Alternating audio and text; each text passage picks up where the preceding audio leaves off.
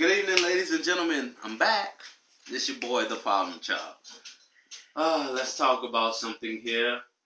Um, a lot of you guys, if you don't know what FCW is, it's a developmental company that they work with these young talents to get them up in the WWE that they feel deserving to go to the WWE. Um, let's get started on a few people that's in FCW right now that I like and I can actually see them in the WWE. And if you don't know anything about FCW, I say check it out because you're looking at rising stars, in my opinion. I mean, people like Sheamus, Drew McIntyre, Wade Barrett, Justin Gabriel. Um, who else came from FCW? Alberto Del Rio. Sin Cara was in FCW. Karma, of course, she was in TNA, but she did go to FCW. Um, Who else can I think of? That's all I can think of right now. And I know I'm missing a lot more that was in FCW that's actually pretty good and that we're real fans. So, the Usos, of course, can't forget about them. Shout out to the Usos anyway. I love those guys to death, definitely. Um, let's get started. The first person I would like to talk about is the FCW champion right now, Bo Rotundo. The guy can't talk on the mic for shit. Let's be honest with ourselves. I think Bo Rotundo, he's a great wrestler. He's a great asset. You know, he's a great asset. He's I don't know. It's just something about Bo Rotundo. I think that he can work. He can work, but I think his promo skills need to work up. But then I also believe that the manager system need to come back in WWE, so that way the guys that can't talk has a manager. You know, you know what I mean? But that's my opinion. So Bo Rotundo, I do think, Bo Rotundo has a shot in WWE. Just think he needs a little bit more work. And I think he can do something. The next person I would like to talk about is Leia Key. Leia Key is, I believe, he is better than Umanga, Rikishi, and even the Usos. I really do believe that. And those are all his family members, if you don't know. He's a part of the Samoan family. And if you haven't heard about Leaki, I advise you to go check that guy out. He is an amazing worker. He is something about him that's exciting in the ring. And I think that if anything, they should put him on NXT this coming season in season 6 of NXT.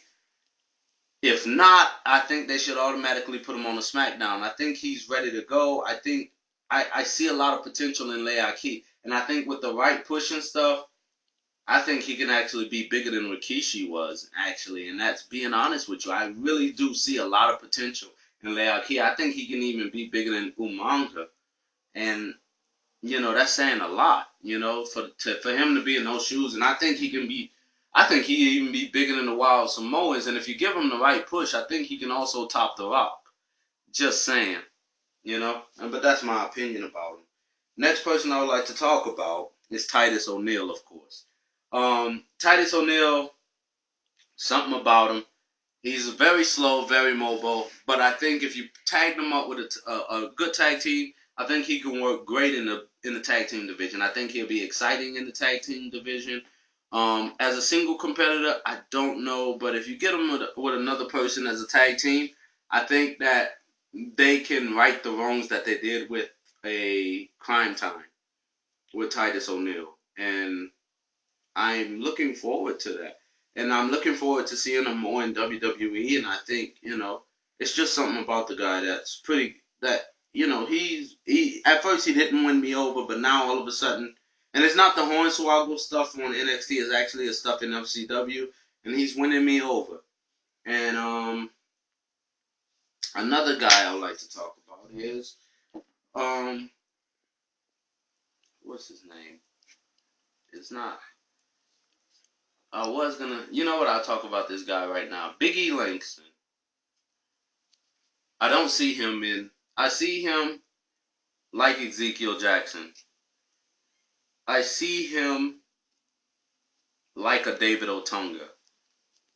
I think they will push him up in the WWE soon.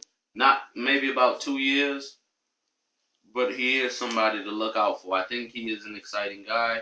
I think that maybe he needs to work on his gimmick a little bit more, but and I think he actually moves a lot better in the ring than David Otunga does. So that's saying a lot. And I think he's built like David Otunga. So, you know, Biggie Langston, I think, is a guy that you should look out for in FCW. Um, let's see, Lucky Cannon. Lucky Cannon, I can see him. He's like a frat boy to me. You know, he's almost Miz-like. But I actually see more talent in him than I do see in the Miz. You know, and I think Lucky Cannon deserves a shot in WWE.